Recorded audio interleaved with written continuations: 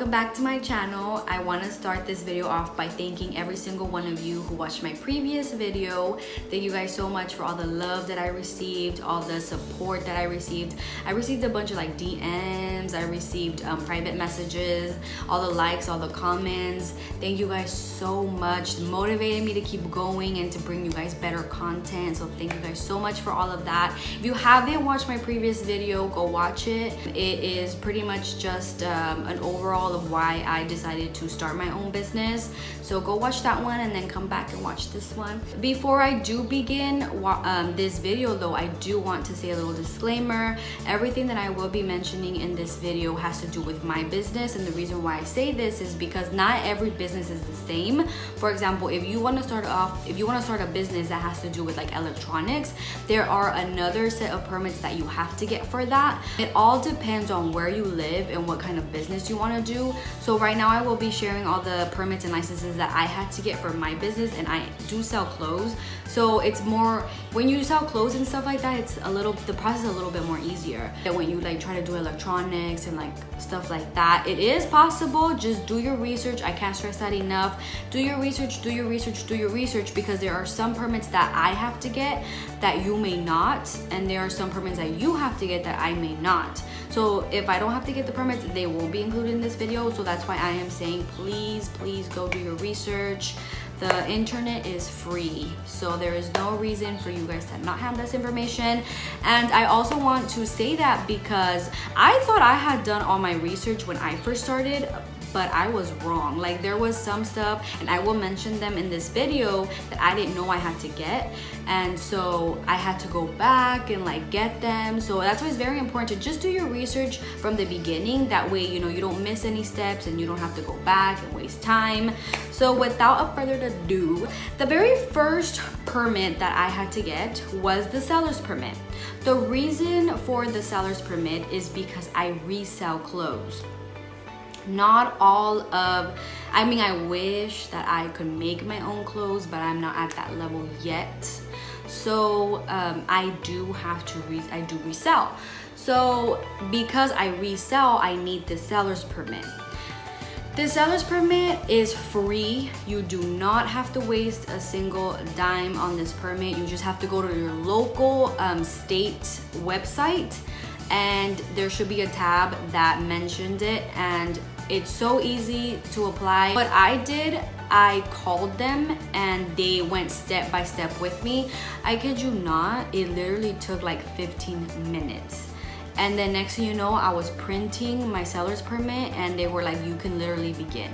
Like that's how easy it was. And the seller's permit is for when you're gonna get inventory. When you're gonna go and buy inventory, you have to go buy inventory wholesale, and wholesale is like in bulk.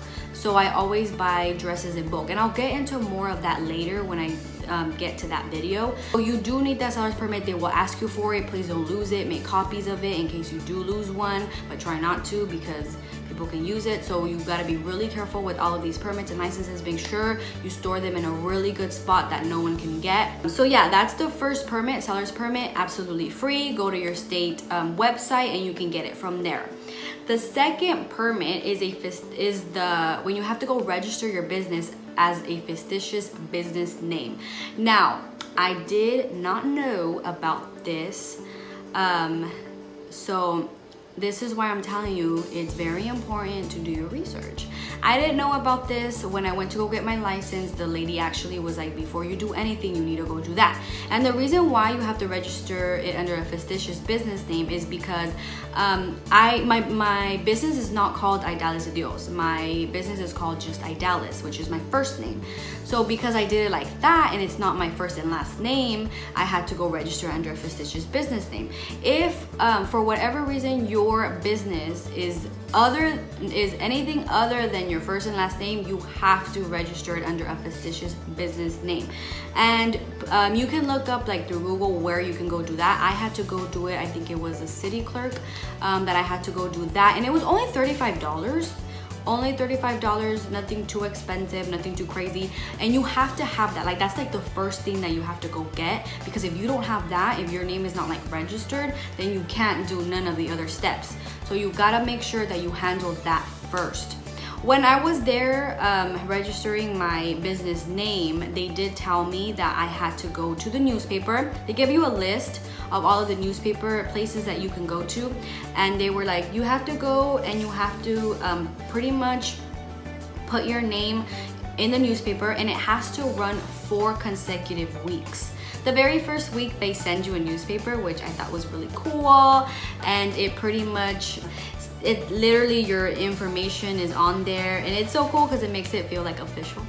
But yeah, so you have to go do that. After the 4th week, they send you a letter saying that your name has officially been like published, you can use it now, everything's good. That's very, very important to do as well. Now, the reason why I am saying this is because I'm not sure if every place you have to do this, which is why I'm telling you, please do your research, because I'm not too sure if you only have to do this here where I live. Yeah, you might not have to do it. I don't know about the whole newspaper thing, or you might have to. I'm not too sure. That's why I'm saying please do your research, and don't be afraid to call. I called many people many times. And don't be embarrassed when it comes to your business. You gotta do what you gotta do. Like, you gotta put that, you know, embarrassment aside, and you gotta go do what you gotta do. So don't be embarrassed. Everyone I encountered was actually really nice. They were really nice. They didn't hesitate to help me. I mean, obviously I know they're getting paid for it, but they were really nice. So that's what I'm saying, like, they're there to help. Don't, you know, take advantage of that, but not too much advantage, because, you know, we don't like those crazy customers. But yeah, so I'm just saying, you know, go call them up. If you have any questions, call them up, ask them. They will help you. So yeah, the whole the whole newspaper, I had to pay $20. There was, like I said, they gave me a long list of different ones. That one was actually the cheapest. I think the highest was like $35. So not too much money, like literally that's like nothing. So far we've only spent, what is it, 35 plus 20. So far we've only spent $55, so it's not bad. Next thing that I had to go get was my home occupation permit. Now, the reason why you have to get this is because I'm operating from my house. I don't have a warehouse yet. I don't have a studio. I don't have like my own personal office. I don't have none of that just yet. I am first operating from my house, which is why it is very important for you to get this home occupation permit. Without this home occupation permit, you cannot do business in your house. I mean, you can, but you're gonna be doing it illegally. And this is the thing. This home occupation permit was only $80. If you get caught without this home occupation permit and you're operating from your house, the fine is, I want to say, like $10,000. So would you rather pay $10,000 in the future, or would you rather pay $80 now? You know, I would rather pay the $80 now. So it's best for you guys to just get that done. I know a lot of people who skip this step, and in their mind they're like, oh, I'll just do it later. But the thing is that you have to get approved. You know, they examine your house and everything, and you have to get approved. It passes through so many like different departments, and they each have to approve it. And this took, I want to say, like a month or so for me to receive it. But even though I hadn't received it yet, you could still do business. So you don't have to wait until, you know, they send it to you. You don't have to wait. So that's the good thing. But like I said, just get it over with. Go get it done. You know, it's best to just do it. Don't do things illegally. Like I know a lot of people who do things illegally when it comes to business. Don't. It's best to just do it legally. That way later on you don't have to worry about a single thing. It's just better that way. The home occupation permit, like I said, was $80. It did take like a month or so to arrive, but you could begin right away. It didn't really matter. Next thing that I had to get was the license. Now, this is why I'm saying you guys have to do your research, because I didn't know that here where I live, there's the county and there's the city, and it matters where you live. When I did all of my research, it sent me to the city. So I went in there and I told them like, hey, I want to, you know, get my own business. I need my business license.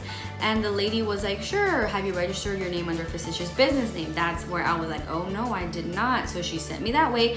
Then I came back and she was like, so she put in my address, and she was like, I'm so sorry, honey, but I should have done this before. She was like, but what's happening is that your house is in the county area, so you're gonna have to go to the county and get a county license. So then I was like, okay. I went to the county, I got my license. They actually gave it to me that same day, which I was a little like skeptical about, because I had told her like, you know, I don't have my home occupation permit yet. And she was like, but did they make it seem like you weren't gonna get it? And I was like, no, they made it seem like I was gonna get it. Like, they were very promising. She was like, then you should be absolutely fine. So she gave me my license right there and then. So that's why I'm saying the only one that took a long time was the home occupation permit. But like I said, because they go to like, it passes by many departments, and they can decline it. They can approve it, but they can also decline it, which is why, you know, I can't stress this enough. Don't skip this step. It's better for you to just get it over with right away. Another thing that I forgot to mention is that even if you're not, even if you don't own the house that you live in, like you're renting, you can still do it. You just have to get the landlord's signature, and I believe you have to get a letter from the landlord. You know, don't quote me on that. Do your research.